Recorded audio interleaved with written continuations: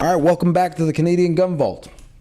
This week's subject of discussion for Behind the Vault Door will be debunking some of the myths regarding self-defense here in Canada involving a firearm.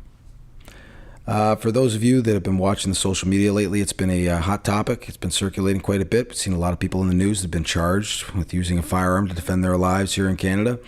And certainly throughout the course of my career as a police officer, I was asked quite frequently, is it okay? Can you use a firearm to defend your life? Is there even any self-defense law here in Canada? And to those people, I would say this. Can you use a firearm to defend your life here in Canada? Yes. Is it a good idea? Probably not. Generally speaking, within the firearm community, it's a common belief that using a firearm to defend your life here in Canada as a homeowner will land you a one-way ticket to an $80,000 legal fee and probably a trip to jail. Quite honestly, it's a pretty serious matter, but the truth is that it's one that's often laughed about within the firearm community. Here in Canada, the laws are different. In the U.S., obviously things are a little bit more firearm friendly. You've got people down there that truly believe that you can use a firearm to defend your life, and it's enshrined, of course, in their constitution that they have the right to bear arms. But even amongst the judicial community, there's much more widespread belief that that's an acceptable phenomenon, that to use a firearm to defend your life, especially in your own home. I mean, we have things like castle doctrine and stand your ground precedent that's been set, whereby if an intruder breaks into your home, that you as a homeowner have the right to feel safe in your home, and that by entering your home, they violated that. And just by being there, they are at a position of great disadvantage when it comes to being injured within your home. And certainly in Canada, that is not the case. We, of course, here at the Canadian Gun Vault don't endorse loading firearms and shooting at people. However, I will say this, that everybody's different. And should you find yourself in a situation where somebody breaks into your home, and you make the decision to load a firearm because you feel your life or your family's lives are being threatened, should you decide to go load your firearm, and right out of the gate, I will tell you, you're putting yourself at a position of great disadvantage. One, make sure your firearms are stored properly. We actively encourage everyone out there who owns firearms legally to store their firearms properly. And that means here in Canada that the firearms are kept separate from the ammunition and locked up. And I know that some of our American listeners are probably shaking their heads right now and saying, what's the point? But the truth is that's the way it is in Canada, and certainly it helps us avoid a lot of problems and a lot of accidents. And if you should decide to load your firearm, if you're unfortunate enough to be placed in a position where somebody has broken into your home, if you decide to make that decision, first thing I will tell you to do is not go downstairs looking for the intruder. That is the single largest mistake that people make here in Canada. That's the one that I certainly have heard the most talk about.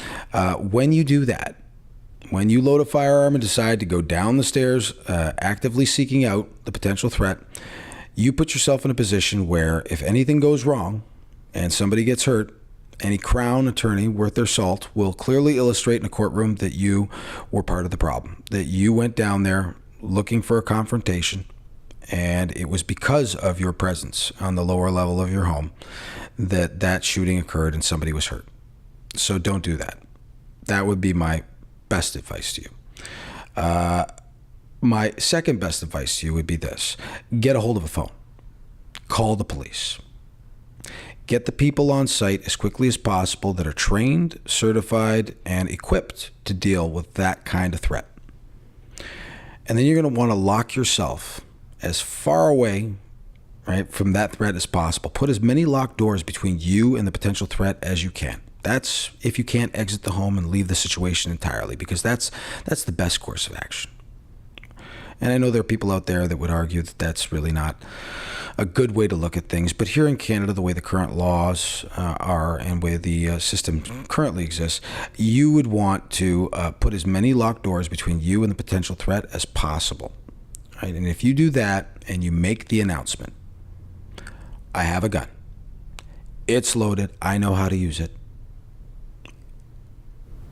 I've called the police. Get out of my house now. If you do that, you will resolve 99.9% of your problems. Because I really don't believe that there are many police officers out there that will fault you in this day and age for accessing your firearms and locking yourself in a room and calling the police when someone enters your home. If you do those things, you will avoid most of the troubles connected with using a firearm to defend your life. You know, in talking about this, I quite often think of some of the laughable myths that I hear. You know, things like, well, why didn't you shoot him in the leg? You know, that's a great one. I love that. I used to hear that a lot as a police officer. You know, people would say things like, well, why didn't you shoot him in the leg or the shoulder? Or, you know, shoot the gun out of his hand. You know, like what? Like, why didn't the cop do that? It's kind of comical. And for those people that have spent any amount of time out on the line shooting at a two-dimensional target that isn't moving quickly and trying to kill you, I can tell you that it's just not a realistic expectation of anyone.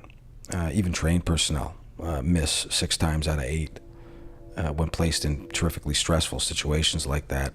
And you factor in, weapons and darkness, environmental factors, the fact that your eyes actually physically flatten, and you get that tunnel vision where you lose about 60% of your field of view, it becomes very hard. And it's very unfortunate that many members of the general public feel like, police should be able to do those sorts of things. I can tell you that a citizen who may or may not be as well trained as a police officer can't be expected to do that either. And then, of course, there's the, how many times can you shoot, conversation. In policing, it was always you shoot until the threat stops. And I think if you're able to justify shooting 1 round, you may be very easily able to justify shooting, many more than that. But don't find yourself in a position, and this is one that I heard about a long time ago in policing. There was a gentleman who had an intruder who had broken into his home with a firearm. So the homeowner had accessed his and shot the intruder as he was entering in his bedroom. And I think that at that point, that gentleman would have been just fine, defending his position, that he was reasonable in doing what he did.